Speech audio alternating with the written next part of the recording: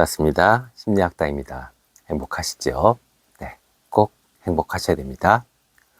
생각해 보셨나요? 행복의 가장 기초가 되는 게 무엇인지? 사랑, 돈, 가족, 명예, 직업. 물론 그것들도 다 중요합니다. 그런데 정말 기초가 되는 게 있죠. 그것이 무엇일까요? 몸이죠. 그렇죠? 그러면 몸은 몸만으로 존재하나요? 아닙니다. 몸은 마음과 함께 존재합니다. 그래서 몸을 다루실 때는 마음을 먼저 챙기셔야 됩니다. 내가 스트레스 받지 말고 평화롭고 안정적이고 아주 일상적인 생활을 해야 내가 몸을 챙길 수 있는 운동도 할 수 있고 또 미래를 긍정적으로 생각할 수 있으니까 참고 다이어트도 할 수 있는 겁니다. 새해가 시작됐어요. 벌써부터 다이어트 포기하고 금연 포기하고 금주 포기하고 운동 포기하시는 분들이 속출하고 있습니다.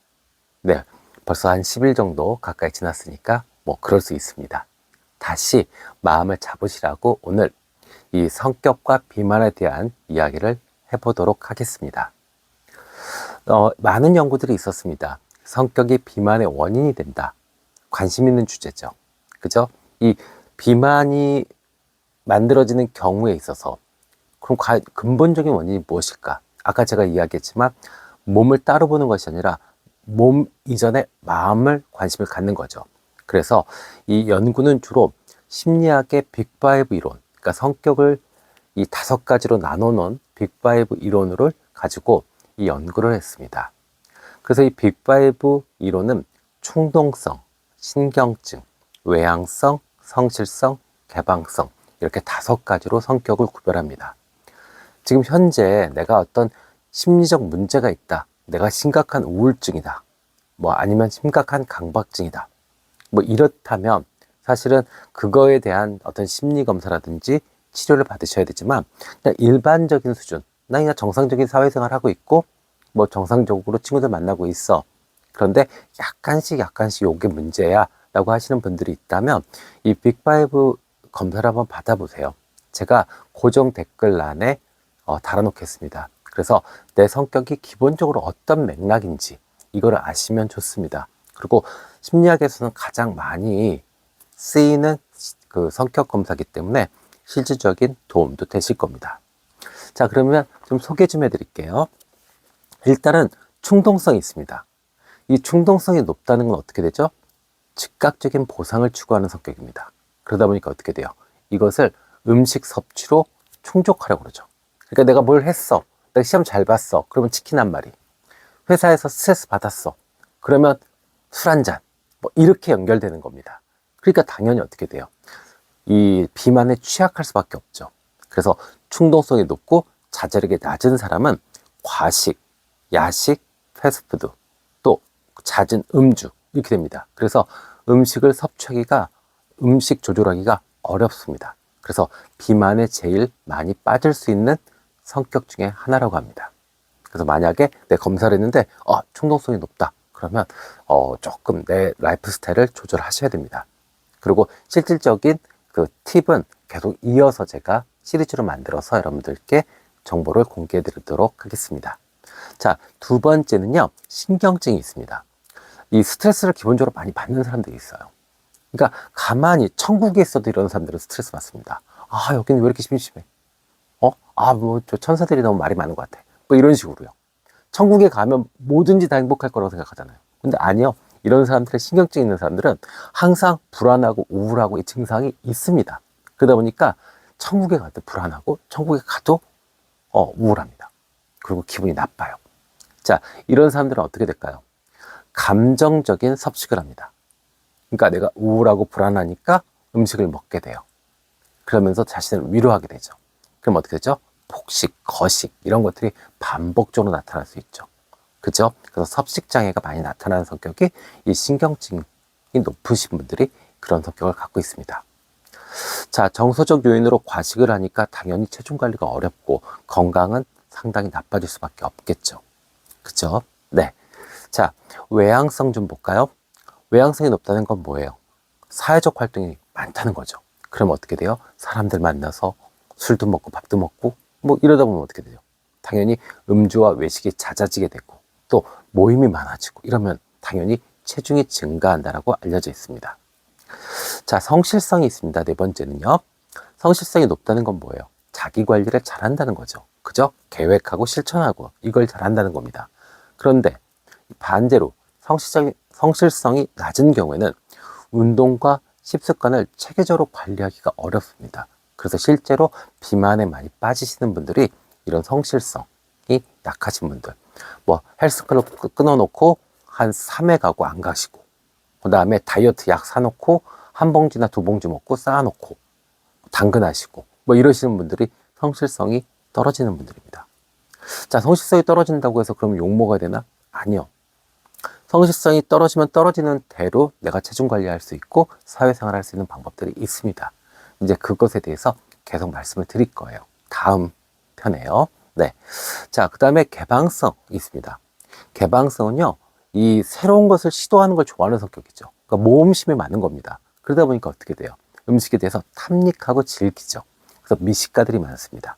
그래서 고열량 음식들을 섭취하거나 아니면 음식 자체에 대해서 즐거움을 찾아가는 그런 사람들이죠. 그러면 어떻게 돼요? 실제로 비만에 빠질 확률이 있겠죠. 그러나 확률적으로는 좀 낮다라고 합니다. 그죠? 우리가 그랬잖아요. 즐기면 0칼로리다. 맞습니다. 네. 내가 정말 아까 이야기했듯이 충동적으로 보상으로 막 치킨 먹고 맥주 마시고 아니면 우울하니까 나를 위로하기 위해서 족발 먹고 닭발 먹고 뭐 이런 거 아니고 정말 맛있는 걸 즐겁게 재밌게 먹는 경우엔 실제로 비만으로 연결될 확률은 떨어진다라고 합니다. 그러니까 음식을 드실 때는 항상 즐겁게 그리고 맛있고 좋은 걸 드시면 살이 좀 덜 찔 수 있습니다. 아셨죠? 네. 자, 그러면 이 심리적 요인과 메커니즘 좀 알아볼게요. 보상 민감성, 즉 음식에서 얻는 즉각적 보상. 이거 우리가 사실은 외면하기 어렵죠. 사람인지라. 그죠? 네. 우울하고 불안하고 슬프고 뭐 이러면은 술이든 밥이든 뭐 단 음식이든 뭐든 땡겨요. 그죠? 그래서 보상을 추구하려고 하는 건 당연합니다. 인간이기 때문에요. 특히 인간이 이 단 것에 되게 약합니다. 근데 이것이 이제 특정 성격과 연결이 참 많이 되죠. 아까 이야기했듯이 충동성이 높으신 분들이 그렇게 되고 또 이 성실성이 낮으신 분들이 이렇게 보상 민감성이 높을 수 있습니다. 자, 스트레스 대처 전략도 있죠. 그죠? 스트레스를 안 받는 사람은 없습니다. 그런데 이 스트레스를 어떻게 해소해 나가느냐가 한 인간의 삶의 질과 한 인간의 어떤 존엄성을 지킬 수 있는 방법이 됩니다. 그러니까 스트레스를 어떻게 풀어나가느냐, 이제 그걸 생각하셔야 돼요. 스트레스를 안 받아야 돼. 나 스트레스 없이 살아야 돼. 쟤 때문에 못 살겠어. 회사 때문에 못 다니겠어. 이게 아니라 회사는 스트레스 주는 거고 부모는 내 마음 못 알아주는 거 당연하고 자식은 지 맘대로 하는 거 당연해. 그러면 나는 나의 삶의 질과 나의 존엄성을 지키기 위해서 어떻게 해야 된다?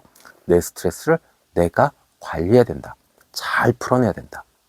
기왕이면 치킨 한 마리보다는 산책이 좋고, 맞죠? 그 다음에 뭐 맥주보다는 커피 한 잔이 좋고, 술, 담배보다는 뭐 그냥 책 읽는 게 좋고, 이런 식으로 온화하고 편안한 방법으로 스트레스를 조절하셔야 돼요. 그러면 분명히 삶의 질도 높아지고 내가 훨씬 더 어떤 인간으로서의 존엄성, 그리고 훨씬 더 멋진 사람이 돼 있을 겁니다. 네. 자, 그래서 이 스트레스 대처 전략도 사실은 성격과 연결이 되죠. 신경증적인 그런 특징이 높으신 분들은 당연히 이 감정적인 섭식을 하시기 때문에 이 스트레스에 약할 수밖에 없고 이것으로 인해 비만이 되고 건강이 약화되고 안 좋아질 수 있는 거 당연합니다. 자, 이 생활 습관의 영향도 있죠. 성격이 결국엔 운동, 수면, 식습관에 작용을 합니다.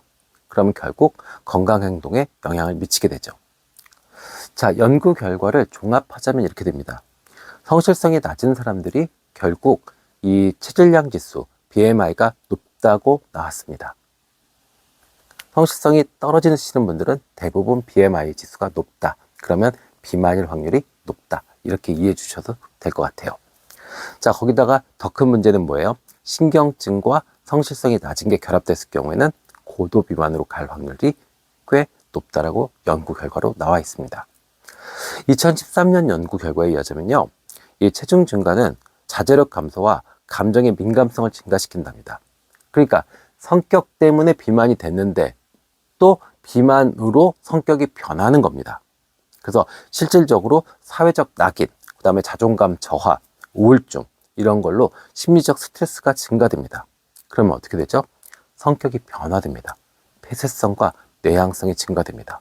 그러면서 자꾸 안으로 더 안 움직이게 되고 더 사람들을 피하게 되고, 예, 자기 표현을 더 적게 하게 됩니다. 그러면서 어떻게 되죠? 사회적으로 조금씩 도태되고 또 혼자만 있으려고 하는 그런 성향이 강해지게 되죠. 이렇게 되면 어떤 문제가 생겨요? 어떤 내가 사랑을 하거나 아니면 뭐 취업을 하거나 직장에서의 활동을 하거나 이런 데서 확실하게 문제가 생깁니다. 그래서 이 근본적으로 성격은 타고나는 게 많아요. 네, 그래서 내 성격의 특성을 인정하고 인정한 상태에서 서서히 그 성격에 맞게 체중 관리하시고 자기 관리를 하시면 훨씬 더 좋은 나를 만나실 거고 분명히 더 예쁘고 건강하고 멋진 나를 만날 수 있을 겁니다. 아셨죠? 다음 시간에는요, 구체적으로 이 성실성이 낮은 분들이 어떻게 다이어트를 할 수 있는지, 그리고 다이어트에 성공할 수 있는 방법이 무엇인지에 대해서 여러분들과 이야기를 나누겠습니다. 날씨가 춥습니다. 감기 조심하시고요. 다음 시간에 뵙겠습니다. 지금까지 심리학당이었습니다. 감사합니다.